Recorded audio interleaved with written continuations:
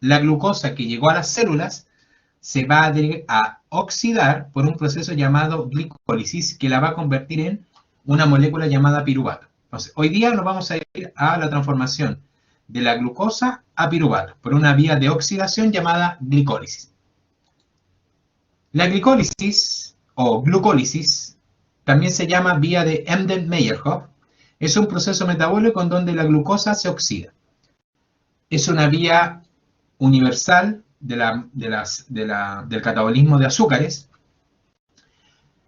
Es la única fuente de energía para algunos tejidos o tipos de células. Ojo, la glicólisis para el glóbulo rojo, el cerebro y las células renales de la médula renal es la única manera de obtener energía. También es la única manera que microorganismos anaeróbicos obtengan energía. Y es un proceso totalmente citoplasmático. La glicólisis es un proceso de citoplasma. Solamente ocurre en el citoplasma celular. En general, una glucosa, después de 10 reacciones enzimáticas, se convierte en 2 moléculas de piruvato. Una glucosa tiene 6 carbonos y se convierte en 2 moléculas de piruvato y cada piruvato tiene 3 carbonos. Entonces, es una vía de oxidación en donde el número de carbonos no se reduce. Tengo el mismo número de carbonos. Parto con 6 carbonos en una glucosa y termino con 2 piruvatos, pero cada uno de 3 carbonos. 2 por 3, 6 carbonos en total. En este proceso de 10 reacciones, produzco 2 ATP y 2 moléculas de NADH. Produzco 2 ATP y 2 moléculas de NADH en todo este proceso. ¿Ya? La glicólisis la vamos a dividir en 2 categorías. ¿Ya? La glicólisis se divide en 2 fases. Fase preparatoria y fase de ganancia. Lo vamos a dividir en 2 etapas. Preparatoria y ganancia. No se tienen que aprender las estructuras. Ojo, las estructuras acá no se aprenden. ¿De acuerdo? Entonces, la fase preparatoria contempla la reacción 1 a 5, que es la mitad, la primera mitad. Comienzo con una molécula de glucosa, que en total tiene 6 carbonos, y después tengo reacción 1, 2, 3, 4 y 5, y en la reacción 5 voy a obtener 2 moléculas de gliceraldehído 3-fosfato. Voy a obtener 2 moléculas y cada molécula tiene 3 carbonos. Entonces, de una glucosa de 6 carbonos, voy a obtener 2 moléculas de 3 carbonos. Y la molécula de 3 carbonos se llama gliceraldehído 3-fosfato. Ya, eso es lo primero que vamos a ver. Entonces, la fase preparatoria es un proceso en el cual la glucosa se fosforila y se convierte en gliceraldehído 3-fosfato. 2 moléculas de este. Se convierte en 2 moléculas de gliceraldehído 3-fosfato. Entonces, primera reacción. La glucosa se convierte en glucosa 6-fosfato. Primera reacción de glucosa a glucosa 6-fosfato. La enzima se llama hexoquinasa. En la primera reacción tengo la hexoquinasa. De glucosa a glucosa 6-fosfato, hexoquinasa. En esta reacción se gasta un ATP. En la reacción 1 gasto un ATP. Ya, para fosforilar la glucosa.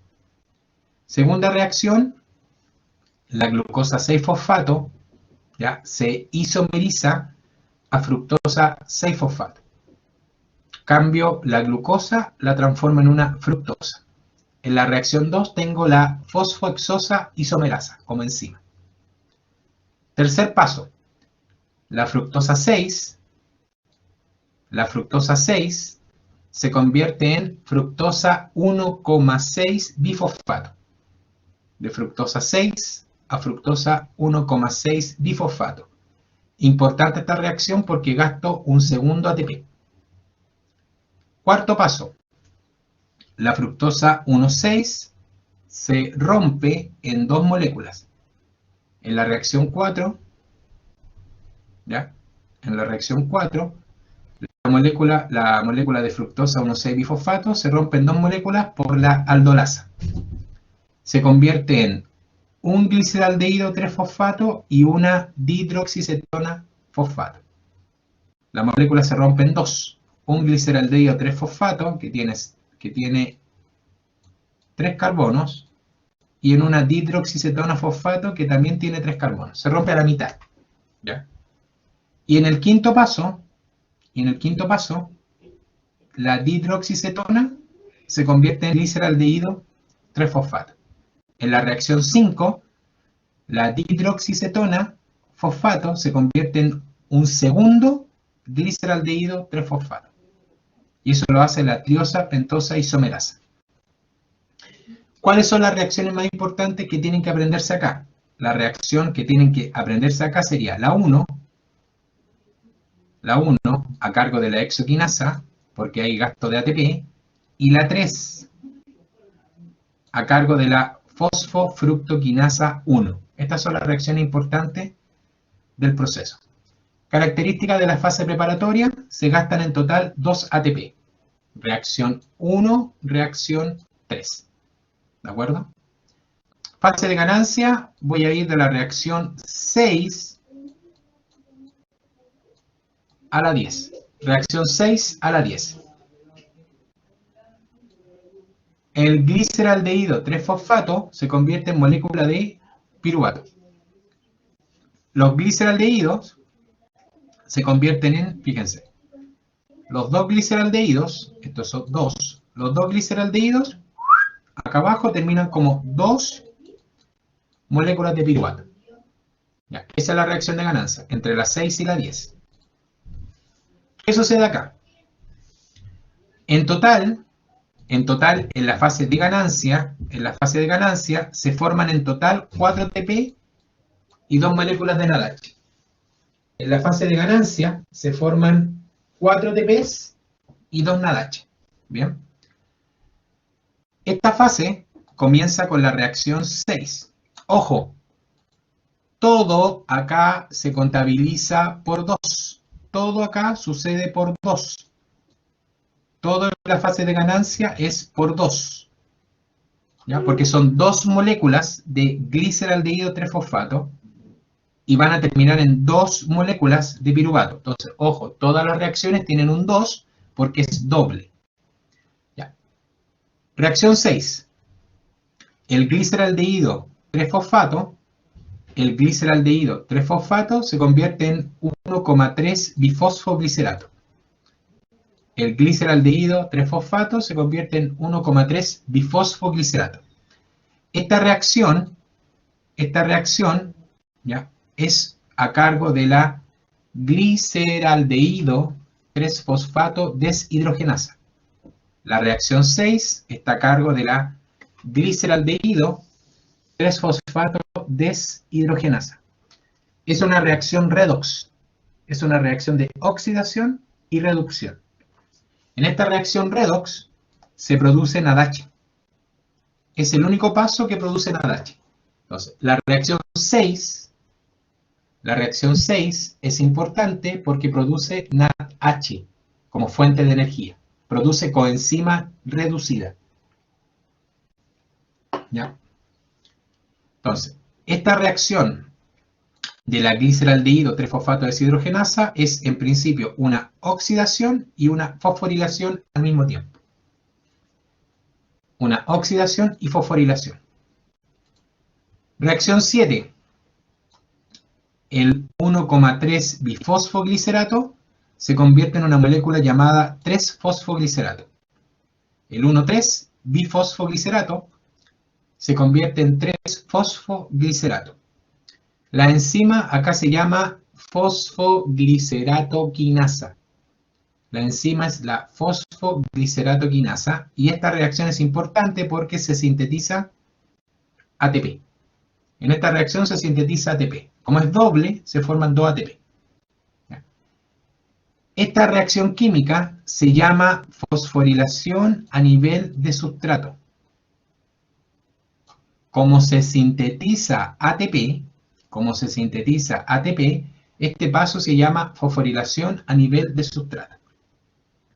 Bueno, de allí, reacción 8, de allí la reacción 8, el 3-fosfoglicerato se convierte en 2-fosfoglicerato, el 3-fosfoglicerato cambia a 2-fosfoglicerato, la enzima se llama fosfoglicerato mutasa, es una reacción de mutación.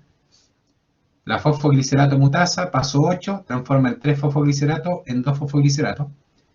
De allí viene la reacción 9, en donde la enolasa convierte el 2-fosfoglicerato en fosfonolpiruvato.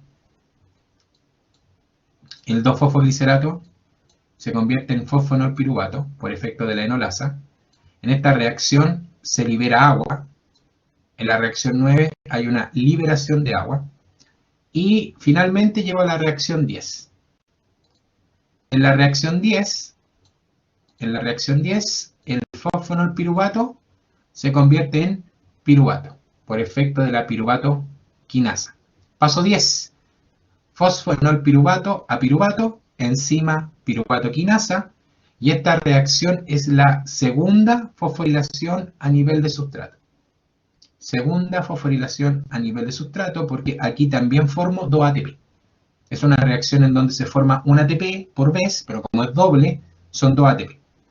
Entonces, reacciones que tienen que aprenderse acá serían, sí o sí, tienen que conocer la reacción 6, donde se forma NADH, la reacción 7, la fosforilación a nivel de sustrato, en donde se forma ATP, y la reacción 10, donde tengo la segunda fosforilación a nivel de sustrato y la segunda síntesis de ATP. Ojo, fosforilación a nivel de sustrato es síntesis de ATP, es sinónimo de síntesis de ATP.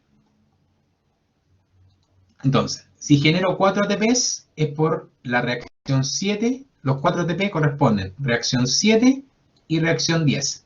Y los 2 NADH, reacción 6. Todas las enzimas de glicólisis trabajan como complejos multienzimáticos. Esto lo vamos a ver muy seguido, ¿ya? Las enzimas en una vía metabólica no trabajan de forma individual. Las enzimas en las vías metabólicas no tienden a trabajar individualmente. Lo que hacen las enzimas es juntarse. Las enzimas se unen y trabajan juntas. Distintas enzimas trabajan como una. Entonces, los complejos son conjuntos de enzimas que se asocian y de manera coordinada trabajan en una vía metabólica. Entonces, ojo, la glicólisis dijimos que eran en total 10 reacciones. Nosotros la vemos de manera individual, 1, 2, 3, 4, 5, 6, 7, 8, 9, 10. Pero en realidad lo que hacen las enzimas es, cada enzima de glicólisis se juntan, todas. Y me permite que el sustrato ingrese al complejo multienzimático y se forme el producto. ¿Ya? A mayor concentración de enzimas, más se asocian. Entre más enzimas tengo, más se asocian. ¿Por qué las enzimas se asocian? Porque hacen que el proceso sea más eficiente. La asociación de enzimas me va a ayudar a que el proceso sea mucho más eficiente, más rápido. ¿Ya? Bueno. Como dijimos, acá tenemos la glicólisis y eran 10 pasos. En la glicólisis, cada reacción enzimática tiene un valor de delta G'0. Cada paso tiene un valor asociado de delta G'0. ¿Ya? Entonces, la glicólisis de las 10 reacciones, si ustedes se fijan, de las 10 reacciones, 4 tienen delta G negativo. De las 10 reacciones, del total de reacciones, 4 tienen delta G negativo. La 1, la 3, la 7 y la 10. Esas reacciones son exergónicas. Esas reacciones son espontáneas. son exergónicas y son espontáneas. ¿Ya? Ahora, de estas 4 reacciones con delta G negativo, 3 son totalmente irreversibles.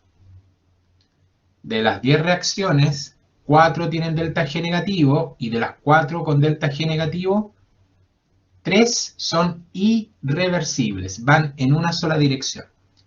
Reacciones irreversibles, la 1, la 3 y la 10. ¿Qué enzimas? Exoquinasa, fosfofructoquinasa 1 y después la piruvatoquinasa. Esas son las 3 enzimas. La regulación de la glicólisis está a cargo de las 3 enzimas irreversibles. A ellas se les llama quinasas. Las quinasas son reacción 1, exoquinasa. Reacción 3, fosfofructoquinasa, a esta se le llama también PFK1. Y al final la reacción 10, que es la piruvatoquinasa. Entonces, ojo, la regulación está a cargo de las quinasas, que son las 3 reacciones irreversibles, 1, 3 y 10. ¿Ya? La regulación va a depender de cada enzima. ¿Ya? Por ejemplo, la exoquinasa es una enzima simple, ¿ya? Es una enzima que nosotros la conocimos como isostérica. La exoquinasa es una enzima isostérica o micaeliana, en donde tengo glucosa 6-fosfato que la inhibe. Siempre acá la X es inhibidor y el triangulito verde funciona como activador. Recuerden siempre eso. El triangulito verde es activador y la X en el circulito es inhibidor. La X en el circulito es inhibidor. Entonces, acá, ¿qué me tengo que aprender? Que la exoquinasa tiene inhibición por producto, glucosa 6-fosfato, y activador, fosfato inorgánico. La fosfofructoquinasa 1 es alostérica. La fosfofructoquinasa 1 es alostérica, por ende es una enzima compleja.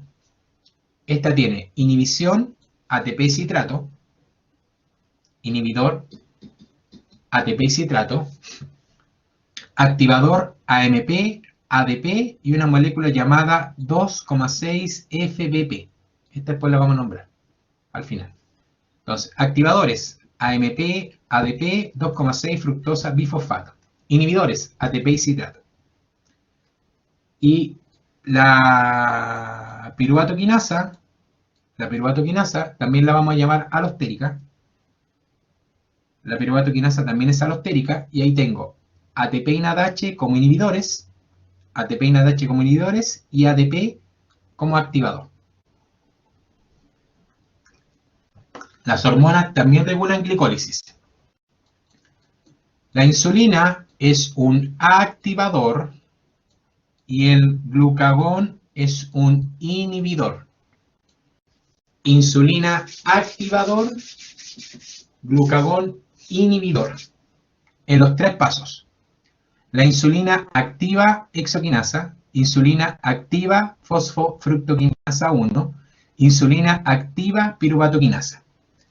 Glucagón inhibe exoquinasa, inhibe fosfofructoquinasa 1, inhibe piruvatoquinasa. Entonces, al mismo tiempo, la insulina y el glucagón regulan la glucosa y la glicólisis.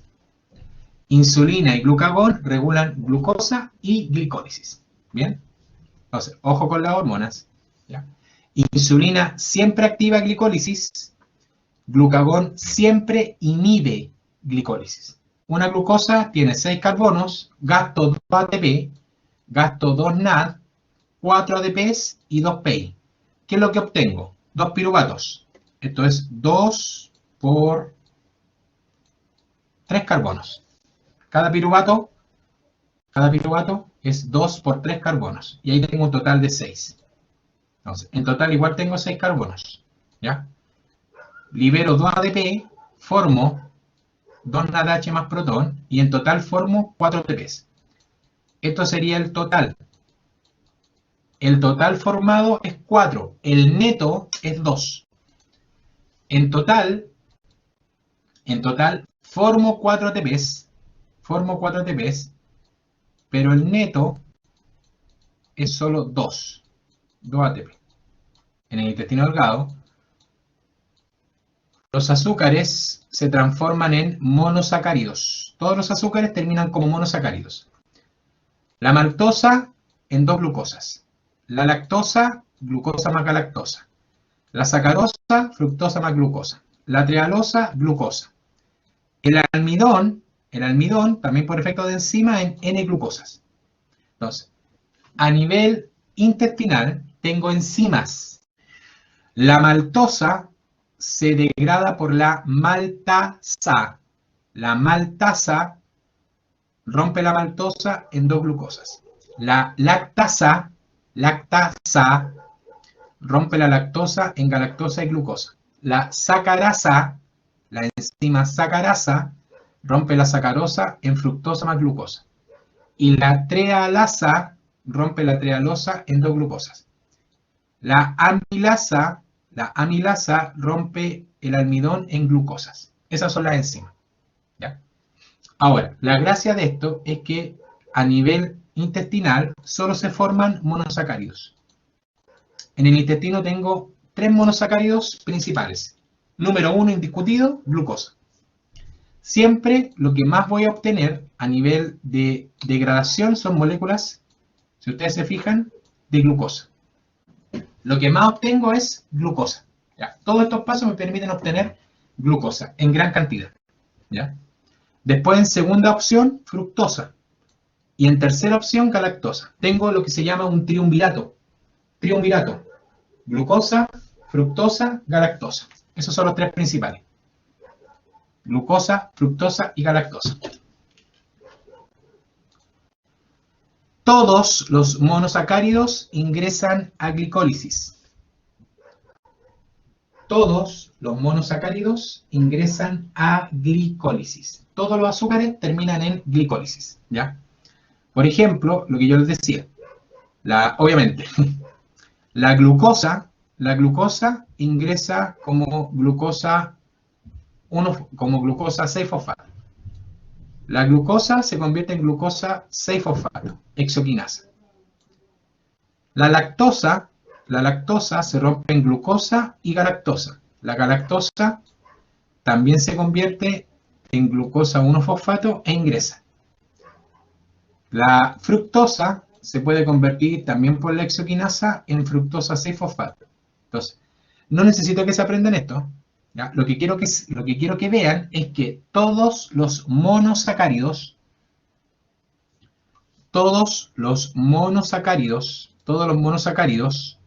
la glucosa, la galactosa, la fructosa, que son los 3 principales, este es el 1, este es el 2, este es el 3, todos los azúcares monosacáridos ingresan a glicólisis, todos. Pero siempre ingresan entre la reacción, ojo, todos los monosacáridos ingresan entre el paso 1 y el 5. Ingresan a la fase preparativa. Todos los monosacáridos ingresan a glicólisis entre la reacción 1 y 5. O sea, ingresan siempre a la fase preparativa. Todos llegan a la fase preparativa. ¿Ya? Hay una enfermedad llamada intolerancia a la lactosa. ¿Ya? Hay una enfermedad llamada intolerancia a la lactosa. ¿Cuál es la intolerancia a la lactosa? Tengo un defecto en la lactasa. La intolerancia a la lactosa es porque no puedo degradar, no puedo cortar la lactosa. No puedo obtener de la lactosa galactosa y glucosa. Porque tengo una deficiencia en la lactasa. Esta puede ser una deficiencia genética, por ejemplo, adquirida o genética. ¿Cuál es el problema de la lactasa? Que no la degrado. La lactasa no es funcional y no puedo romper la lactosa. Como no rompo la lactosa, la lactosa continúa del intestino delgado y llega al intestino grueso. La lactosa llega al intestino grueso. Y cuando la lactosa llega al intestino grueso, esa lactosa es tomada por bacterias que la fermentan. En el intestino grueso, la flora banal, me van a retar mi amigo microbiólogos, en el intestino grueso, la microbiota del intestino grueso, la fermenta. Y esa lactosa la utiliza la población bacteriana y la convierte, por ejemplo, en ácido láctico. Y esa flora genera a partir de la glucosa, genera metabolitos. Entonces, a nivel intestinal se forma ácido láctico y gases. Entonces, la fermentación bacteriana de la lactosa genera gases, CO2, metano, etcétera, ¿ya? Que es lo que provoca hinchazón, meteorismo y náuseas. Y aparte, el ácido láctico provoca sensación de malestar estomacal. El ácido láctico que se provoca puede provocar problemas en las paredes intestinales y eso genera un malestar. E incluso ese ácido láctico puede generar diarrea. La glucosa, por efecto de la glicólisis, que son 10 pasos, se convierte en piruvato. Entonces, la glucosa termina convertida en 2 moléculas de piruvato, en glicólisis.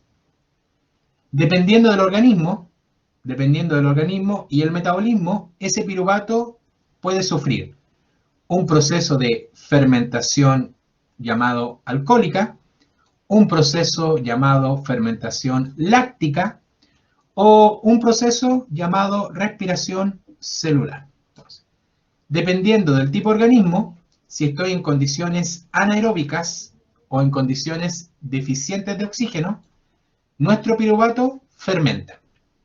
Condición anaeróbica o deficiente de oxígeno, el piruvato fermenta. Por ejemplo, tengo la fermentación láctica y la fermentación alcohólica.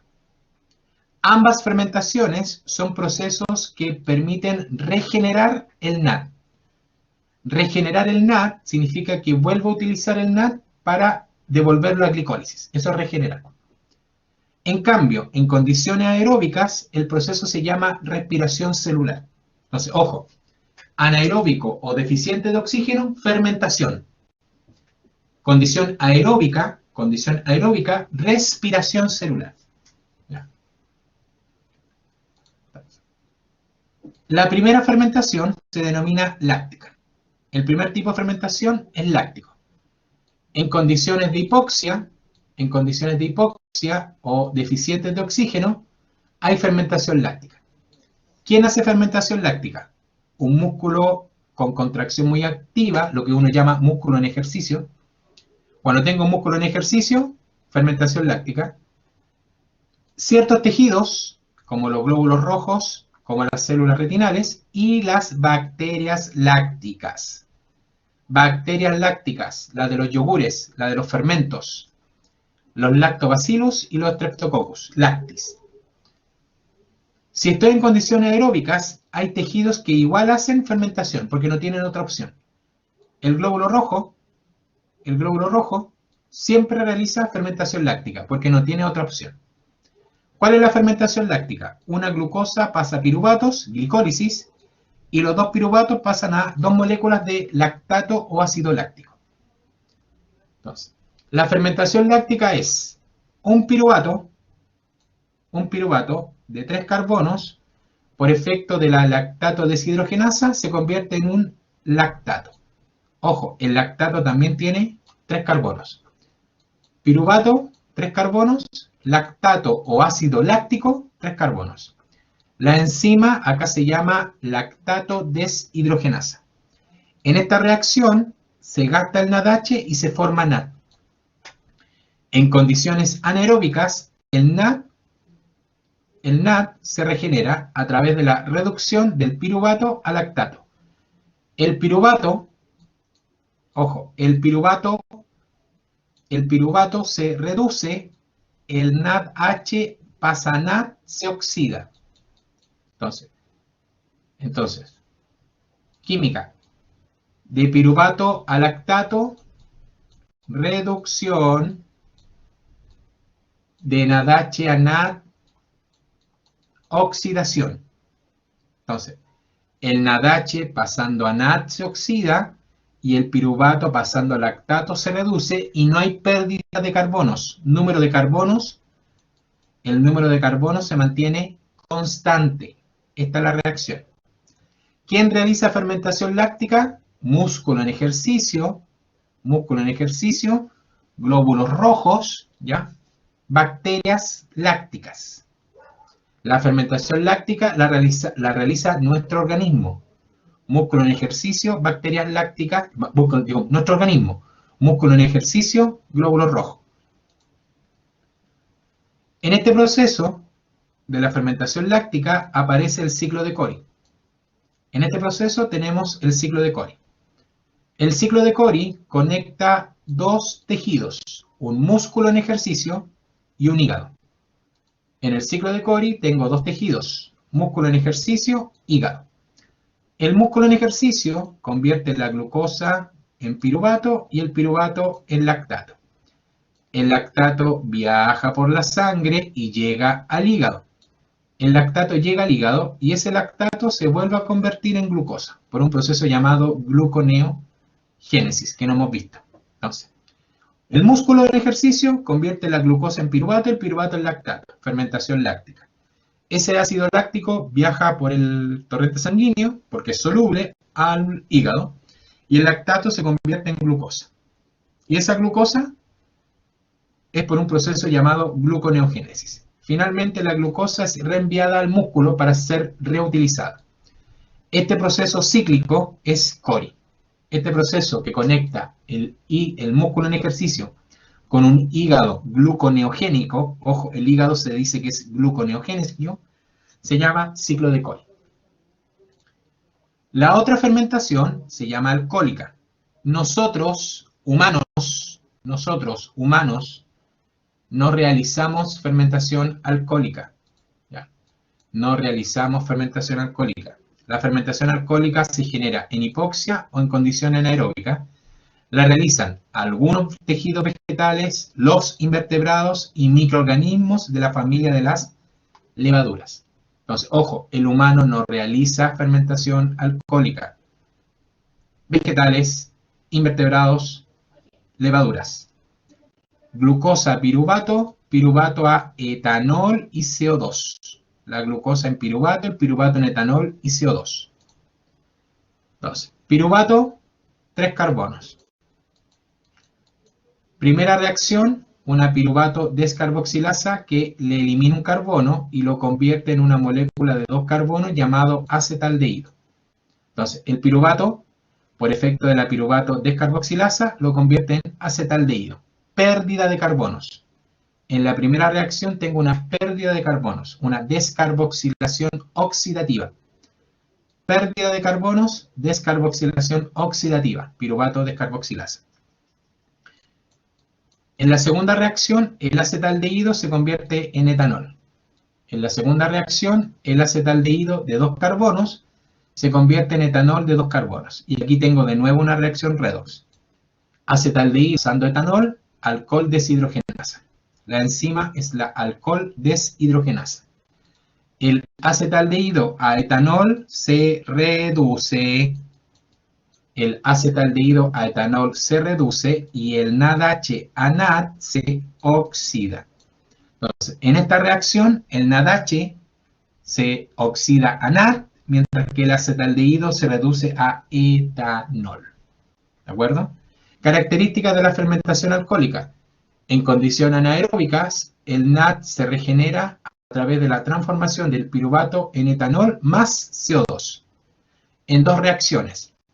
De piruvato a acetaldehído, piruvato descarboxilasa, donde se pierde el CO2. Y segunda reacción, acetaldehído a etanol, en donde el NADH se convierte en NAD y el acetaldehído se reduce a etanol y ese NADH a NAD se oxidó. ¿Qué tienen en común las 2 fermentaciones? Miren esto. Lo común de ambas fermentaciones. En ambas, el NADH pasa a NAD. En ambas fermentaciones, el NADH pasa a NAD. En ambas fermentaciones se produce nuevamente NAD. Las fermentaciones son procesos que regeneran de forma anaeróbica el NAD. Y ese NAD que se forma acá lo ocupa la glicólisis. El NAD es utilizado por la glicólisis. ¿Y dónde utiliza NAD la glicólisis? Se le olvidó porque lo vimos hace rato. La glicólisis ocupa NAD en la reacción 6. Entonces, ¿para qué sirven las fermentaciones? Las fermentaciones toman NADH proveniente de glicólisis y lo convierten en NAD. Y ese NAD lo vuelve a utilizar la glicólisis en el paso 6. Entonces, la glicólisis en el paso 6 toma NAD y lo transforma en NADH. Y las fermentaciones toman NADH y producen NAD nuevamente.